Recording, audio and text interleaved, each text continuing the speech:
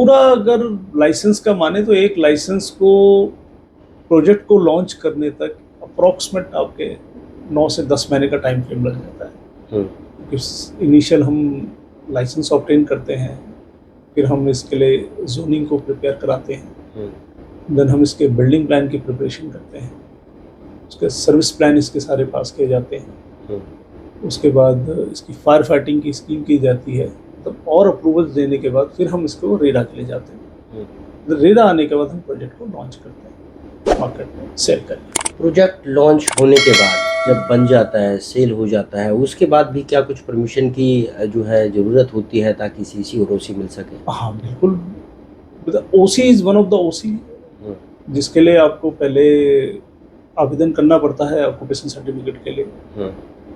Occupation certificate को obtain करने के लिए डिपार्टमेंट, टीसीबी डिपार्टमेंट हमारे से देखता है कि भाई हमने पब्लिक हेल्थ की फैसिलिटी वहाँ पे पूरी डाली हुई नहीं डाली, इलेक्ट्रिकल लोड्स हमारे पास है नहीं, जो सर्विसेज हमने प्रपोज करी थी वो सर्विसेज नियमित रूप से चल रही है या नहीं चल रही है, उन सर्विसेज को चलने के लिए जो हमें ऑब्टेनिंग कंसर्न डिपार्टमेंट से नोटिस लेनी चाहिए वो हमारे पास है या नहीं है। जैसे हमारी बिल्डिंग में लिफ्ट्स लगेंगी तो हमें लिफ्ट के एनओसी चाहिए, हमने डीजी लगाया है तो जेनसेट को ऑपरेट करने के लिए परमिशन चाहिए, हमने एसटी टैंक लगाया तो उसके सर्टेन सर्टिफिकेट्स हमें चाहिए, इलेक्ट्रिकल लोड बिजली विभाग उसमें इन्वॉल्व हो जाता है। तो ये सारे एनओसी के बाद भी हमारे को ऑक्यूपेशन सर्टिफिकेट जारी किया जाता है जिसमें हम उसमें रह पाएँ।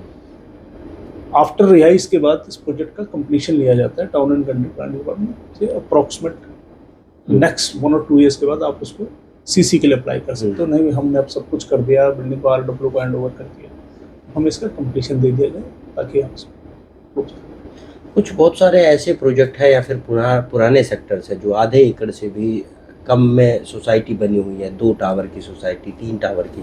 आप कह रहे हो कि आधा एकड़ मिनिमम आपको ज़मीन चाहिए, लेकिन कुछ तो ऐसे पुराने सेक्टर से या छोटी सोसाइटी है जहाँ आधे एकड़ से भी ज़मीन कम है, क्या उससे भी आधे एकड़ से कम में भी लाइसेंस मिल सकता है? ये सारे के सारे आपको मिलेंगे HSBPs के सेक्टर, जिसके अंदर कोऑपरेटिव सोसाइटीज़ को जो प्लॉट दिए गए थे छोटी, ये उनके प्लॉट्स हैं। तो ये आवंटन सारा का सारा हरियाणा शहरी विकास प्राधिकरण के द्वारा किया गया।